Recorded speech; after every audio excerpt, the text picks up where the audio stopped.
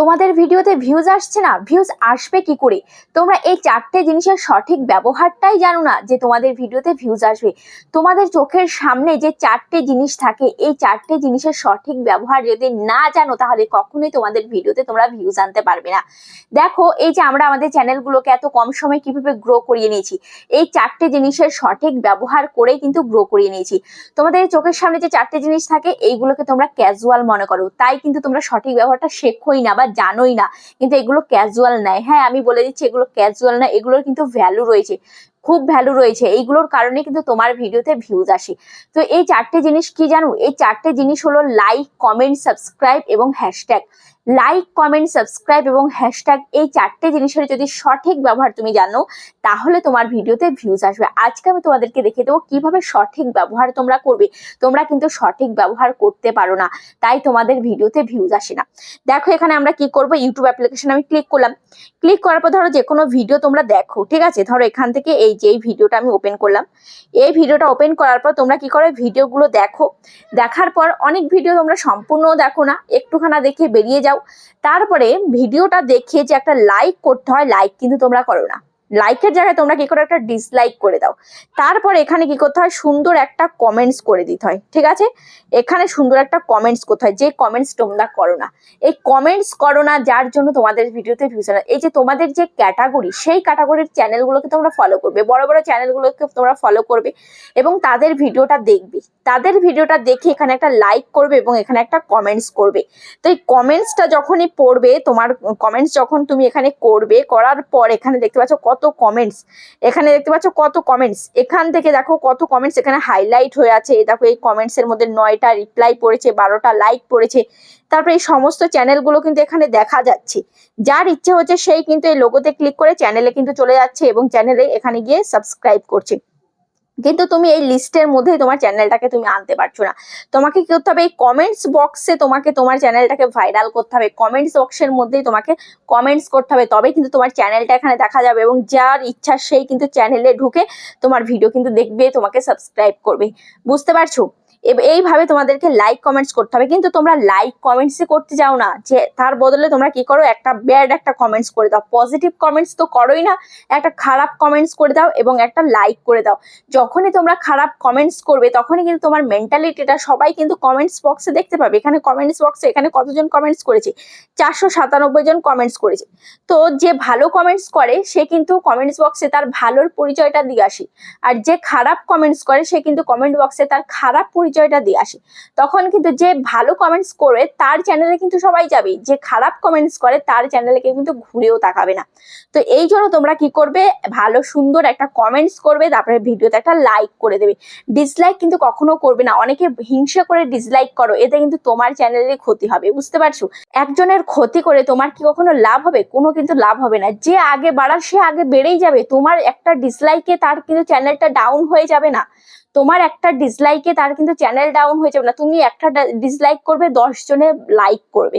বুঝতে পারছো? সেই 10 জনের লাইকের জোরেই কিন্তু সে এগিয়ে যাবে। ওই জন্য যারা হিংসা করে তোমরা লাইক এবং হিংসা করে ডিসলাইক করো এবং হিংসা করে ব্যাড কমেন্টস করো, তো তাদের উদ্দেশ্যে বলছি এই কাজটা কখনোই করো না। এই কাজটা করে তোমাদের চ্যানেলকে তোমরা আপ করে নিতে পারবে?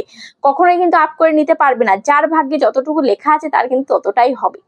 তারপরে হচ্ছে কি, তারপরে হচ্ছে সাবস্ক্রাইব। এবার সাবস্ক্রাইবার সাথে তোমাদের চ্যানেলের সম্পর্ক কি, তোমাদের চ্যানেলটা কিভাবে গ্রো হতে পারে। দেখো, আমি যে চ্যানেলগুলোকে সাবস্ক্রাইব করি, দেখো আমি সাবস্ক্রিপশনে যাচ্ছি, যে চ্যানেলগুলোকে আমি সাবস্ক্রাইব করে রেখেছি, দেখো এখানে প্রচুর চ্যানেল আমি কি করেছি, সাবস্ক্রাইব করে রেখেছি। আমার ক্যাটাগরিরও কিন্তু প্রচুর চ্যানেল রয়েছে, আমি সাবস্ক্রাইব করে রেখেছি, ঠিক আছে?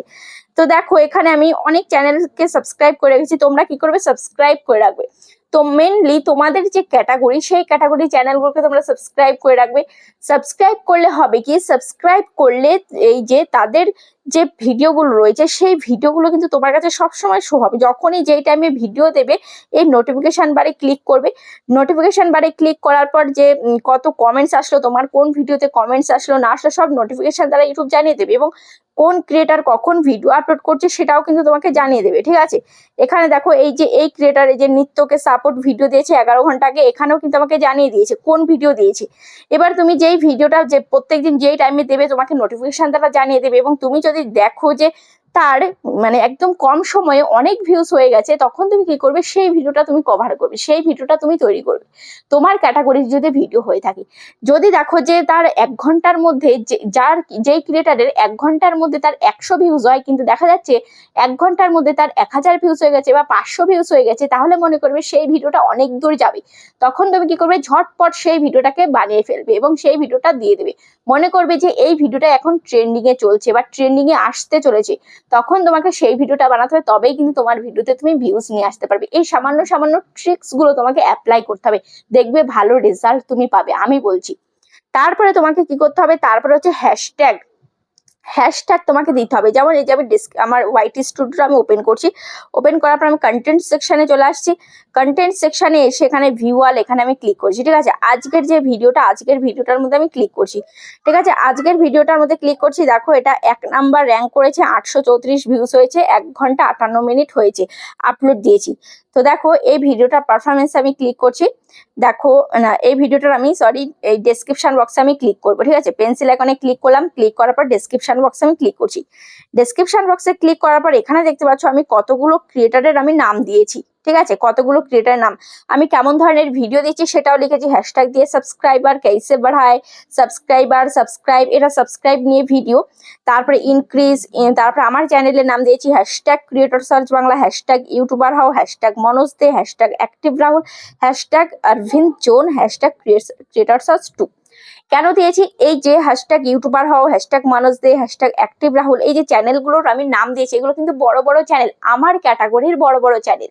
কেন নামটা দিয়েছি, যাতে এদের ভিডিওর সাজেস্টে আমার ভিডিওগুলো যায়, এদের ভিডিওর নিচে আমার ভিডিও যায়। এদের ভিডিওর নিচে কেমন ভাবে যাবে আমার ভিডিও, ধরো ইউটিউব অ্যাপ্লিকেশন আমি ক্লিক করলাম, ক্লিক করার পর এবার স্ক্রল করছি, এবার স্ক্রল করতে করতে ধরো এই ভিডিওটা আমি দেখছি, ঠিক আছে।